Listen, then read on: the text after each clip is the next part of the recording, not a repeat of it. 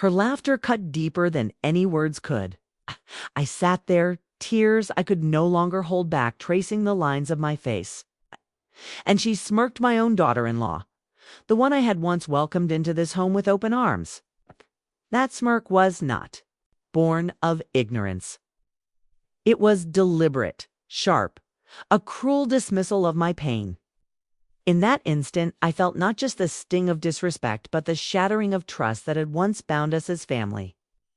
Betrayal has many faces, but hers wore a smile. The room seemed to grow colder, the silence stretching, pressing against my chest, as though the walls themselves had turned against me. Yet beneath my grief, a quiet fire began to burn. She thought my tears marked weakness. She thought my silence meant defeat. What she didn't know was that another voice, unexpected, steady, powerful, was waiting to echo soon. Families are often woven together by rituals, laughter, and shared sacrifices. Ours was no different. We gathered around long tables during holidays, our voices overlapping in stories of the past. And I took comfort in knowing the legacy I had built was safe in the hands of those who came after me. When my son brought home his wife, I welcomed her as though she were my own daughter. She was charming in those early days, polite, graceful, and eager to please. She complimented the meals I cooked, listened attentively to family tales, and seemed to fit so seamlessly into our lives that my heart swelled with gratitude. But love can make one blind, and charm can conceal truths not meant to be seen at first glance. Small signs appeared, subtle but sharp, if one dared to look closely. A glance of irritation when chores were suggested, a dismissive tone when elders spoke. The way she seemed to measure gifts, not by their thoughtfulness, but by their value. These were the quiet cracks beneath the surface of what looked like harmony. I told myself she was young, adjusting that time would soften her rough edges. In family life, optimism is both a blessing and a trap. I wanted to believe in the goodness of her heart. So I overlooked the moments that unsettled me, the sharpness in her words when my advice did not align with her wishes. The way she nudged my son away from traditions that had long anchored us. At first, her defiance was cloaked in subtlety, so easy to excuse as independence. But gradually, her confidence began to shift into something else: entitlement. She moved through the house, not as a guest or even as a partner, but as if ownership was already hers to claim.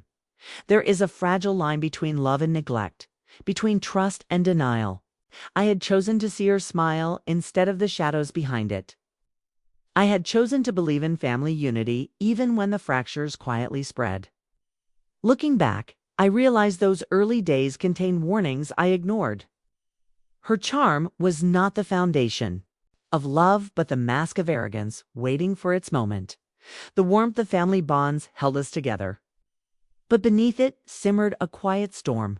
The fractures were there, hidden in plain sight, each small moment stacking upon another, like stones in a wall that would one day come crashing down.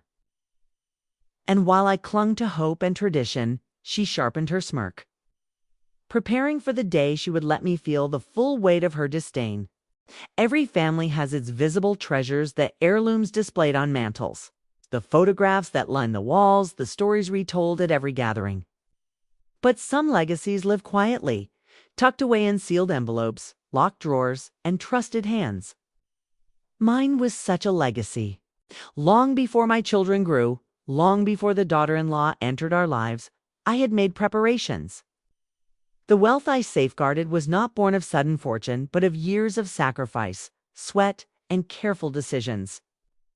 Each penny saved, each acre of land maintained, each investment made was a piece of my devotion to the generations that would come after me. The estate held a weight beyond its monetary value. It was my shield against uncertainty, my promise that the family would always have a foundation no matter the storms life brought. To me, it was not just numbers in an account or deeds locked in a safe. It was dignity, independence, and the embodiment of a lifetime's resilience.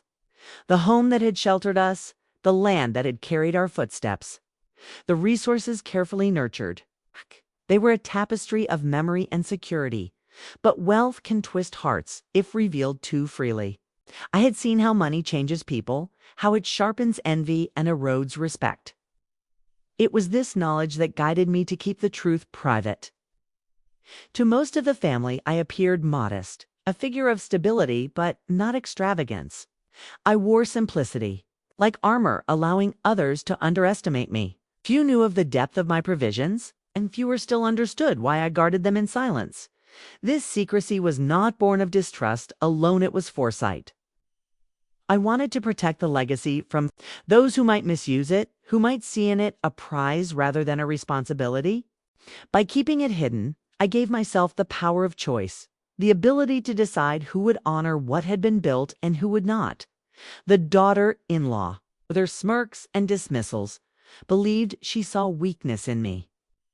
She mistook restraint for fragility and silence for surrender. What she never realized was that beneath the tears she mocked and the quiet presence she scorned lay a shield stronger than her arrogance. The hidden legacy was more than wealth, it was a silent guardian, waiting for the right moment to reveal its strength. And so, while she laughed at my sorrow, believing she had stripped me of dignity, the truth waited patiently, hidden but not forgotten. It was the invisible thread holding the story together. It promised that arrogance would never triumph over foresight. Disrespect rarely erupts in one dramatic moment. More often, it seeps in slowly, disguised as casual remarks, lingering glances, or subtle gestures that carry heavier meaning than the words themselves. With my daughter-in-law, it began as small cracks in the surface moments easily dismissed as thoughtlessness or immaturity. But over time, those cracks widened, and her disregard for me became a shadow cast over every interaction. She would roll her eyes when I offered advice, as though the years of experience I carried were nothing more than relics of a forgotten era. When I tried to share family stories, she would change the subject, brushing off the memories that were the very foundation of our household. In her presence, my words became invisible, my voice reduced to background noise. For her, my age was not a marker of wisdom, but a reason to mock, to pretend I was fragile, irrelevant. And outdated. There were dinners where she deliberately interrupted me, her laughter slicing through my sentences, leaving me silenced at my own table. I recall one evening when I tried to suggest a better way to resolve a small family disagreement. She leaned back in her chair, smirk tugging at her lips, and said loudly enough for everyone to hear, "Why should we take advice from someone who barely understands how the world works anymore?" The sting was sharp, not only because of her words, but because of the silence that followed. No one came to my defense. Her dismissal floated unchallenged, settling like ash in the air. In daily routines, too, her contempt was visible. She ignored me when I entered the room, continuing conversations without acknowledging my presence. She took decisions about the household as if my opinion carried no weight, acting as though I were a shadow fading in the corner. Even gestures of kindness became twisted in her hands. If I cooked for the family, she would criticize the seasoning, remarking that times have changed and food should no longer taste so old-fashioned. Each comment chipped away at my dignity, though outwardly I chose silence. Yet silence did not mean surrender. I bore her arrogance with a composure she mistook for weakness. What she did not see was the quiet strength beneath my calm, the patience, forged through years of endurance, and the unspoken resolve that no insult could erase. Every belittling remark, every mocking smile, every dismissal of my worth became fuel not for anger, but for clarity. I understood her more with each slight. Her arrogance was not confidence. It was desperation masked in cruelty. There were moments when my tears threatened to fall, not from pain alone, but from the realization that someone within the family circle could treat me with such disdain. To her, those tears were victory. She smirked at them, convinced they revealed fragility. But she never understood that tears are not always signs of defeat. They are reminders of humanity. I'm feeling deeply even when standing firm. Through all Her disrespect I endured with a dignity she could not comprehend. She lived in the noise of arrogance while I stood in the silence of resilience. One day that silence would speak louder than her mockery. One day the strength she dismissed would prove unshakable. And when that day arrived, it would not come with anger or vengeance, it would come with truth, with justice, and with a laughter she could never silence, the lawyer's laughter, carrying the weight of a legacy she never saw coming. There are moments in life when silence no longer protects you, when the weight of humiliation presses so heavily on your chest that even your breath feels stolen. That night was such a moment. The house, once a sanctuary of family warmth, had become a stage for cruelty. And I, an unwilling actor, was forced into the spotlight. I sat at the head of the table, a place that once symbolized respect, only to find myself diminished under the weight of my daughter-in-law's sneering presence.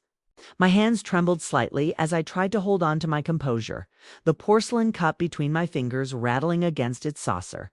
She noticed, of course. She always noticed. And like a predator sensing weakness, she leaned in, her smile curling into that cold, calculated smirk I had come to know too well, so fragile. She said, her voice low but loud enough for others nearby to hear. "Crying again? It's almost pitiful." The words sliced deeper than any blade. Tears welled up, unbidden, betraying me as they clung to my lashes. I fought them back, but one slipped free, tracing the lines of my face that had borne decades of sacrifice, endurance, and love. She saw it. She reveled in it. Her smirk widened, her victory written in the cruelty of her expression. Around us, silence grew thicker, the others unwilling or perhaps too fearful to intervene. The air itself seemed to hold its breath, waiting to see if I would shatter. For a moment, I felt the full weight of her triumph pressing down on me. My chest ached with humiliation, my dignity bruised by the disdain in her gaze. She thought she had broken me.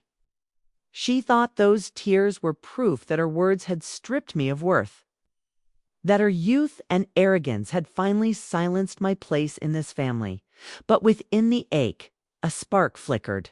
Small at first, almost imperceptibly quiet whisper, reminding me of who I truly was. Those tears she mocked were not symbols of defeat. They were proof that I still felt, that I still carried the weight of love, memory, and history within me. They were reminders that my heart was alive, my spirit unbroken, and my story far from over. I looked up, through blurred vision, and met her eyes. She expected to see surrender. Instead, she found something else, a steady flame igniting behind the grief. My silence no longer seemed like fragility, was resolve hardening, patience gathering into strength. Though I said nothing in that moment, the unspoken truth shimmered in the space between us. Her mockery had not destroyed me. It had revealed me. The room felt colder, yet I grew calmer. She misinterpreted that calm as defeat, her smirk deepening as she leaned back in her chair, certain of her power. But deep within, I knew the tide had already begun to shift. That spark of resilience, born in the midst of humiliation, was the beginning of something greater, something she could not see and would never control. Tears still touched my cheeks, but I no longer saw them as shameful. They were marks of survival, of enduring cruelty without losing compassion. They were proof that even in the darkest hour, my heart refused to harden into bitterness. And in that resilience lay a quiet, unstoppable power. She believed she had broken me.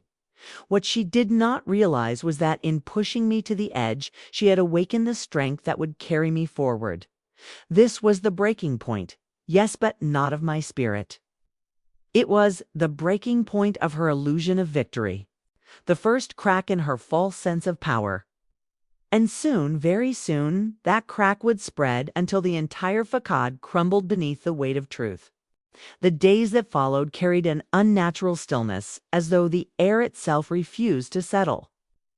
What had once been a home alive with chatter, laughter, and the small intimacies of family life now felt heavy.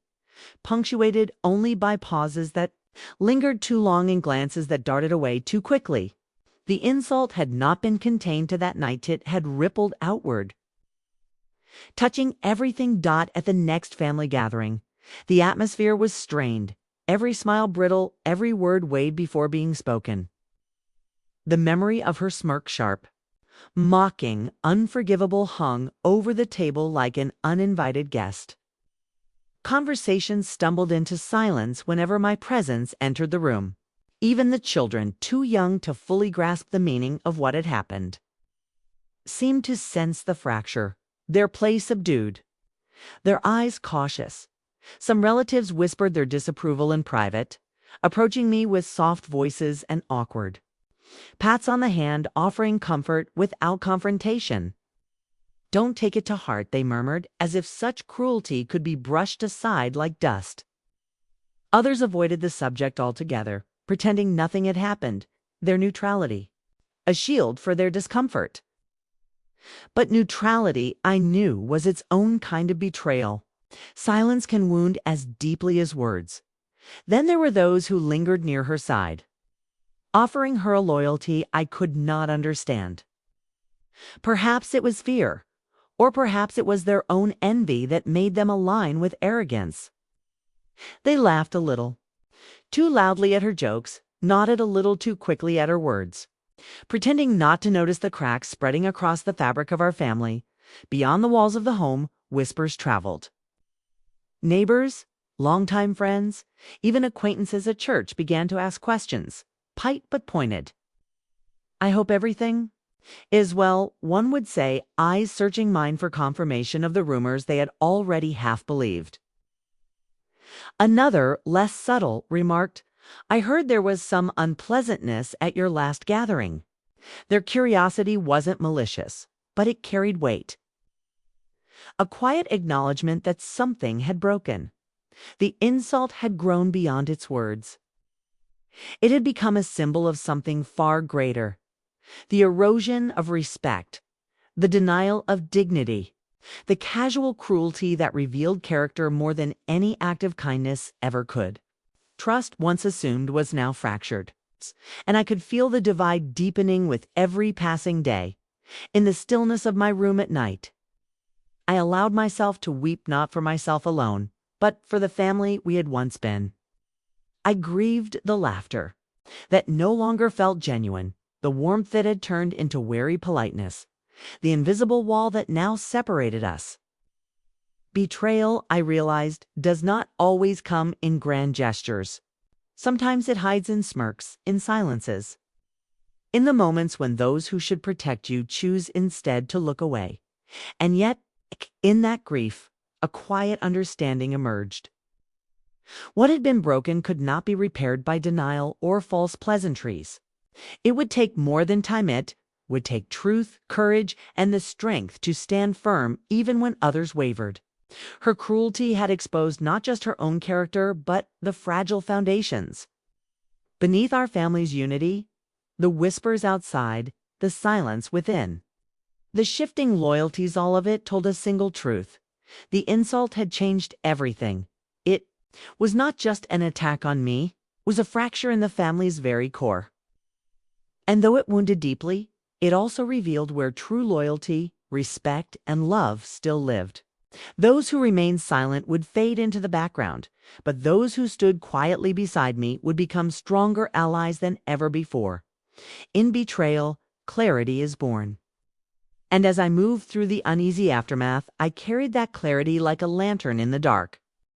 Long before the smirk and the whispered betrayals, I had learned one lesson that life never let me forget. Foresight is the truest form of strength. I knew that trust, no matter how deeply it is given, can be broken in an instant. And so, quietly, deliberately, I prepared not with anger or suspicion, but with the steady wisdom that comes from experience. Every signature I placed on a document, every meeting I scheduled with my lawyer was part of a larger design. I had seen too many families torn apart by greed, too many legacies scattered like ashes because no one thought ahead. I refused to let that be our story. My lawyer, a man of sharp mind and steady humor, became both confidant and strategist. Behind closed doors, we mapped the future. Property secured in my name, assets placed beyond the reach of manipulation. Every clause of the will airtight against challenge. It was not wealth for wealth's sake that drove me, but the meaning behind it. The land, the home, the savings, they were the fabric of our family's history. Threads woven by those who had worked, sacrificed, and endured before me. Protecting them meant honoring every calloused hand, every sleepless night, every quiet act of perseverance that built what we now had. To hand that over carelessly, to allow arrogance and entitlement to strip it away, would have been a betrayal far deeper than any insult hurled at me. I never boasted of these preparations. I kept them folded away, like letters never sent but ready when the time was right. The daughter-in-law may have smirked at my tears, certain of my weakness, but she did not know the strength of patience or the silent power of preparation. She saw fragility. What she could not see was the fortress I had built, brick by brick, signature by signature. Long before she imagined her triumph. Resilience is often mistaken for silence, but my quiet was never surrender. It was calculation, a waiting game played with dignity. Each legal safeguard, each conversation with my lawyer, was a shield not only for myself but for those in the family who still believed in respect, who would one day see the truth revealed. The weight of betrayal still pressed heavily, but in the back of my mind was a steady flame of assurance. No matter how loudly arrogance roared, the documents resting in my lawyer's office whispered louder truths. They promised that dignity, not manipulation, would have the final word. When the day of reckoning came, when her smirk widened into certainty, it would not be anger that answered her. It would be the laughter of the lawyer, the unfolding of plans, carefully set in motion. The revelation that what she sought to control had already been protected beyond her reach. I had been underestimated, dismissed, even mocked. But I was not unprepared. In silence, I had already won. She entered the room with a kind of confidence that only arrogance can buy, the smirk playing across her lips as if the world owed her obedience. Every glance she cast toward me was measured, every word laced with the assumption that I was powerless, that my tears and quiet demeanor were proof of weakness. Family members exchanged uneasy looks, some hesitant, others silently rooting for her success, lulled by the illusion of my fragility. She had calculated her victory in advance. Believing that preparation was unnecessary, that charm and audacity would carry the day. Her voice rose, deliberate and commanding, as she outlined her plans, how the property would be transferred, how influence would be shifted, and how her ambitions would finally be realized. Each sentence was designed to provoke compliance, to force the image of the elder into submission. She did not see the subtle steadiness of my gaze, the calm in my posture, the invisible fortress I had quietly constructed over months of careful planning. To her, I was a figure of sentimentality, trapped in nostalgia and emotion. Then the room shifted. A sound, a laugh broke through the tension, unexpected and genuine. My lawyer, calm and precise, allowed a brief chuckle to echo, carrying with it the weight of revelation. Heads turned, eyes widening as the implications of that laughter settled over the room. The documents, the signatures, the legal safeguards, airtight, all unassailable, had been finalized long before her plotting. The will, the property deeds, every clause designed to protect dignity and legacy was already secured. She had assumed control, but control had never been hers to take. Shock flickered across her face. Then horror, as the realization struck. The power she believed she wielded was a mirage. Every smirk, every calculated gesture crumbled under the invisible truth that had been patiently waiting for this very moment. Family members leaned forward, their expressions mixing relief with astonishment, watching as her posture faltered. Her voice stammered, her arguments lost coherence. The aura of dominance she carried so confidently moments before disintegrated into desperate attempts to regain footing. But the fortress of preparation remained impenetrable. Her arrogance, once blinding, now appeared small and fragile. She tried to assert herself again, but each statement was met with quiet, precise clarification. I did not raise my voice. I did not react with fury. My authority was implicit, unyielding, anchored in foresight and preparation. And every word she uttered now revealed only the breadth of her miscalculation. The room, once a stage for her triumph, became a theater of her unraveling in that moment. The smirk faded entirely. The laughter of the lawyer, subtle yet commanding, was a trigger that exposed her overconfidence and shattered the illusion she had built. Isolation followed quickly. Supporters who had nodded politely now watched in silent acknowledgement of the truth. Arrogance, when unchecked by wisdom and foresight, had met its match. By the time the tension finally eased, it was clear who had truly been in control all along. I remained composed, a quiet sentinel of dignity and patience, while she struggled to reconcile her failed schemes with the legal and moral barriers she had underestimated. The lesson was unmistakable. Audacity cannot triumph over preparation. And pride without insight crumbles under the weight of deliberate, principled action. Her smirk was gone, replaced by the heavy weight of humiliation, and the room once tense, with anticipation, now resonated with the quiet justice of foresight fulfilled. In the quiet that followed the storm, I sat surrounded by fragments of tension slowly dissolving into understanding. The daughter-in-law's arrogance, once so palpable, had dissipated, leaving a vacuum that revealed the true weight of foresight and patience. I reflected on the ordeal, not merely the humiliation or the confrontation, but on what it had taught me about resilience, trust, and the power of preparation. Betrayal, I realized, is never only about the actions of others. It is also a mirror reflecting one's own strength, values, and clarity. Every carefully planned step, every precaution, every silent moment of composure had not been for show, they had been for survival, for dignity, and for the preservation of legacy.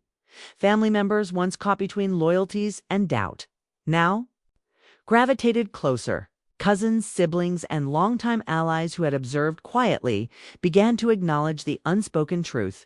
Respect is earned not through force or manipulation, but through steadfast principle. Conversations that had been tentative became genuine. Glances that had been cautious were. The memory of that smirk, so full of assumed victory, lingered briefly before giving way to the sound that changed everything: the lawyer's laughter. It was not mockery, but the quiet, undeniable proof that every precaution, every legal safeguard, and every careful plan had held firm. In that moment, the dynamics of power shifted completely. What had seemed like an impossible humiliation was transformed into a testament of foresight, preparation, and moral clarity. The daughter-in-law's arrogance crumbled, replaced by a stunned recognition that true strength is not loud or aggressive, is deliberate, measured, and grounded in integrity. I felt a deep, steady sense of empowerment wash over me, knowing that dignity had been preserved, legacy protected, and justice served without chaos or vengeance. The family, once fractured by whispered doubts and misplaced assumptions, began to see the value of patience, trust, and foresight. They recognized that appearances can be deceiving, that audacity without wisdom is fragile, and that true influence comes from preparation and principle, not intimidation or bravado. As I reflected, I understood that the lesson extended far beyond this one confrontation. Life will always present challenges, betrayals, and moments where others underestimate you. What matters is how one responds: with calm, with strategy, and with a steadfast commitment to values. The ordeal affirmed that integrity, careful planning, and resilience are far more powerful than any act of force or manipulation. Looking ahead, carried a renewed sense of purpose, to protect what matters, to act with wisdom, and to trust in the strength that comes from foresight. The smirk that once sought to diminish me had instead illuminated the true measure of power. It was not in domination or cruelty, but in preparation, dignity, and unwavering resolve. And with that, the story reached its closure, a quiet, enduring triumph of foresight, courage, and integrity.